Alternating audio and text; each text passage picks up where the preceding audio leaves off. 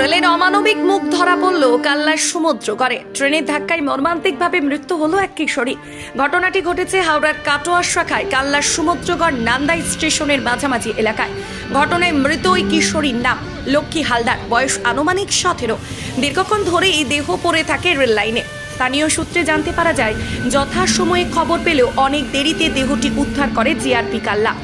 ঘটনা জেরে এলাকায় ছড়ায় তীব্র চাঞ্চল্য। স্থানীয় সূত্রে জানতে পারা যায়, শনিবার সকালে সম্ভবত ডাউন কাটোয়া হাওড়া লোকাল ট্রেনের ধাক্কায় ঘটনাস্থলে মৃত্যু হয় ওই কিশোরী। বিষয়টি নজরে আসতেই স্থানীয় মানুষজন এলাকায় ভিড় জমাতে শুরু করেন। পাশাপাশি খবর দেওয়া হয় কাছাকাছি সমুদ্রগড় স্টেশন ম্যানেজার ও জিআরপি কাল্লাকে। খবর পেয়েও দেহ উদ্ধারে অনেকটাই দেরি করায় ডাউন লাইনে একের পর এক যাত্রী বোঝায় ট্রেন কিশোরীর উপর দিয়ে চলে যাওয়ায় রেলের ভূমিকা নিয়ে উঠল প্রশ্ন। অপরদিকে দেহ অক্ষত থাকলেও একের পর এক দেহের উপর দিয়ে ট্রেন চলে যাওয়ায় জিআরপি থেকে রেল দপ্তর কোনোভাবেই দায়িত্ব এড়িয়ে যেতে পারে না বলে স্থানীয়দের দাবি।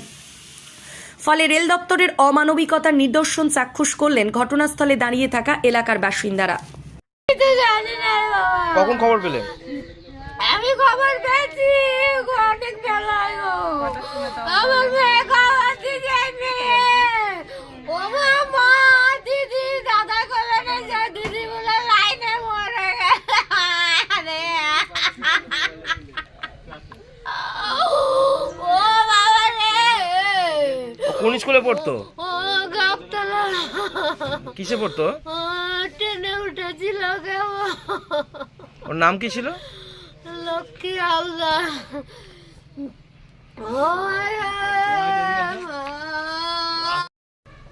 আমার নাতিন মেয়ের ঘরে।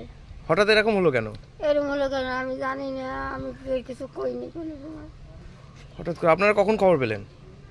সকালে উঠে ও করে কি উঠে ঘরটা জাত দিয়ে জল আনে পায়খানা যায়, ও বিরিন গোবারি কাপড় করে গেছে, কাপড় গোবার গেছে এইটা। তার সঙ্গে মা গেছে কয়েকদিন নামা করে আসে না। ও কিসে পড়াশোনা করতো? ও কিসে সাইকেল পাইছে গাবতলা। গাবতলা স্কুলে, গাবতলা জুনিয়র স্কুলে পড়াশোনা করতো, তাই তো? সাইকেল পাইছে। ওর নাম কি? ওর নাম লক্ষ্মী। লক্ষ্মী হালদার, তাই তো? আচ্ছা, আপনি ওর দিদা, তাই তো?